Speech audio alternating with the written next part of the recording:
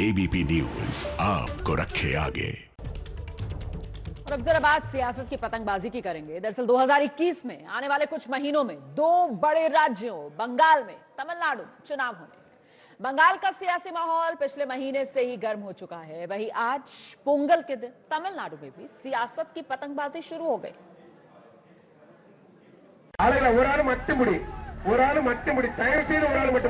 पारंपरिक खेल जलीकट्टू की ये तस्वीरें मदुरई की हैं और इन तस्वीरों को लेकर ही सियासत की पतंगबाजी शुरू हो गई है।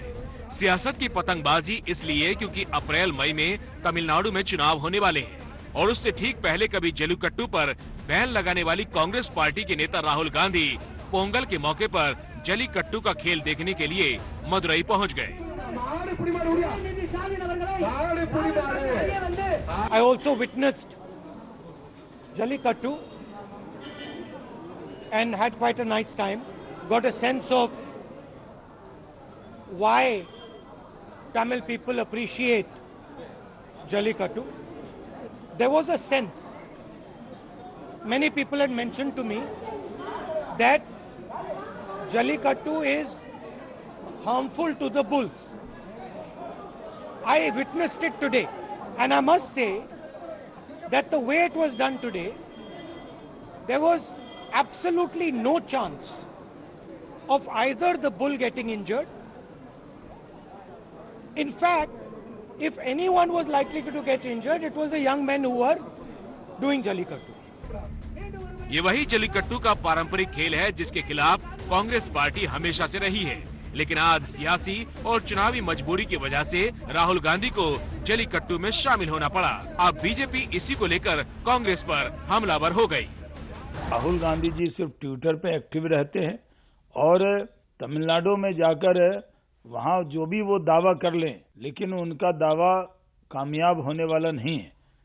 भारतीय जनता पार्टी अब कश्मीर से लेकर कन्याकुमारी तक हम मजबूत स्थिति में हैं और जब भी तमिलनाडु के भी चुनाव होंगे, भारतीय जनता पार्टी एक अहम रोल वहां अदा करेगी। कर्नाटक में बीजेपी के राष्ट्रीय महासचिव सीटी रवि ने भी राहुल गांधी पर ट्विटर के जरिए हमला बोला।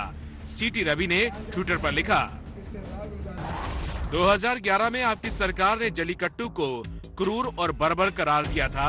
आपके घोषणा पत्र में भी जलीकट्टू पर पाबंदी की बात थी और आज आप तमिलनाडु में ही इस पारंपरिक खेल को लाइव देखने के लिए आए हैं।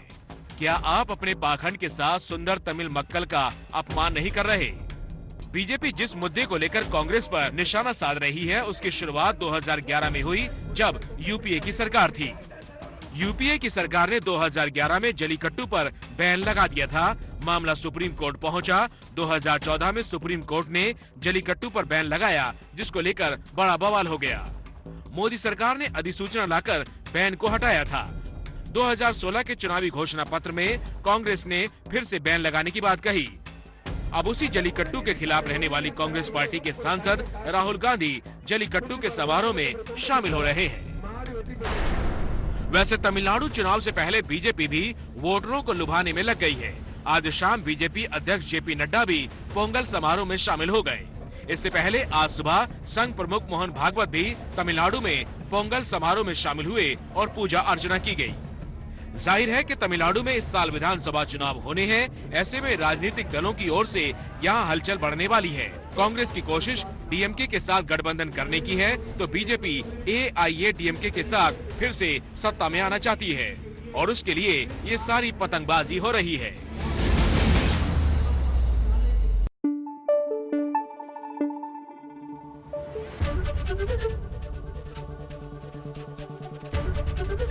एबीपी न्यूज आपको रखे आगे।